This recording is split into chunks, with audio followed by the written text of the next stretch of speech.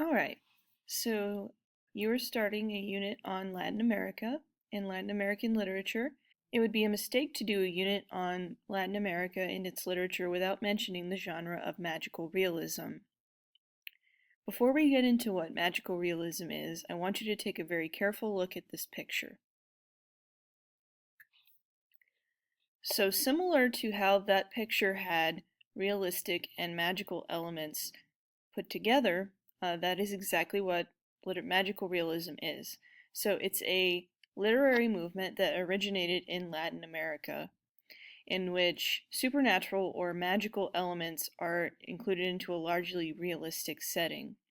A lot of times magical realism has a really strange, dreamlike feeling. Sometimes it's really confusing and you're not sure if anything that's happening is real or if the people in the story are crazy, but that's what makes it fun.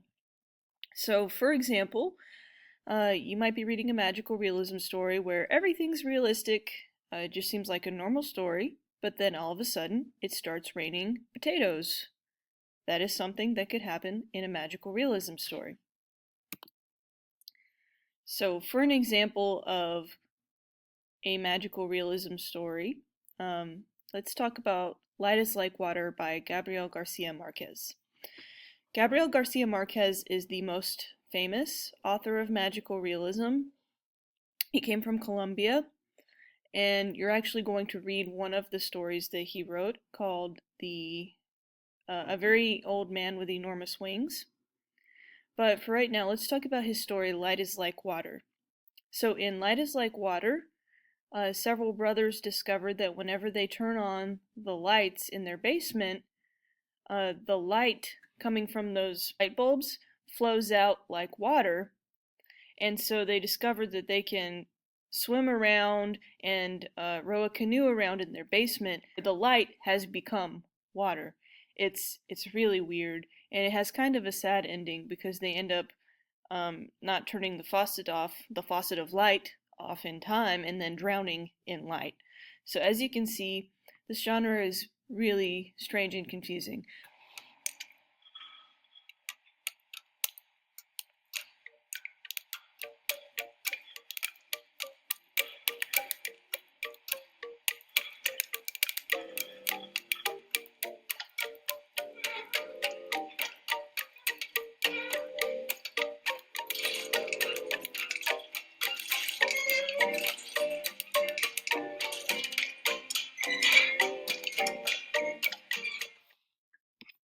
Okay, so you probably noticed that the animation style was very realistic, and at first it seemed like you were looking at a video, but then suddenly the sidewalks and the mailbox and all the little objects on the street started to come to life. So that video combined realistic elements with the fantastic, magical, supernatural elements that are not real, which is what makes it magical realism. Next, I'm going to show you an example that you're probably more familiar with. This is in a short clip from the movie Life of Pi.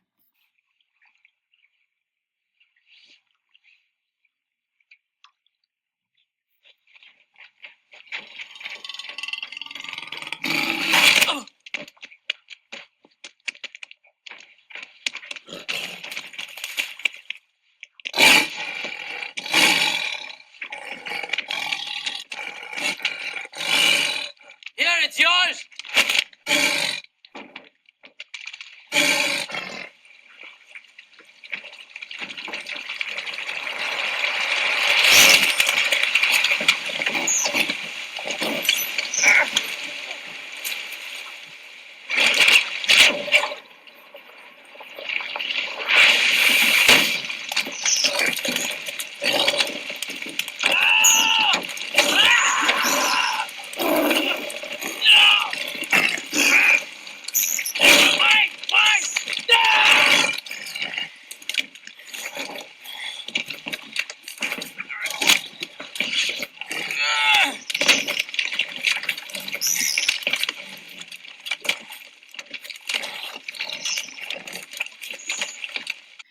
Alright, so in this clip, Pi here has been shipwrecked and he is in the middle of the ocean with a tiger in his canoe. Now, while that's an extremely unlikely situation, it is possible for that to happen. And flying fish do exist, but they're more like gray squirrels in that they don't really fly. They just kind of jump out of the water and glide for a little bit. They most certainly do not have wings, and they are not able to fly around in huge crowds like they just did in this clip.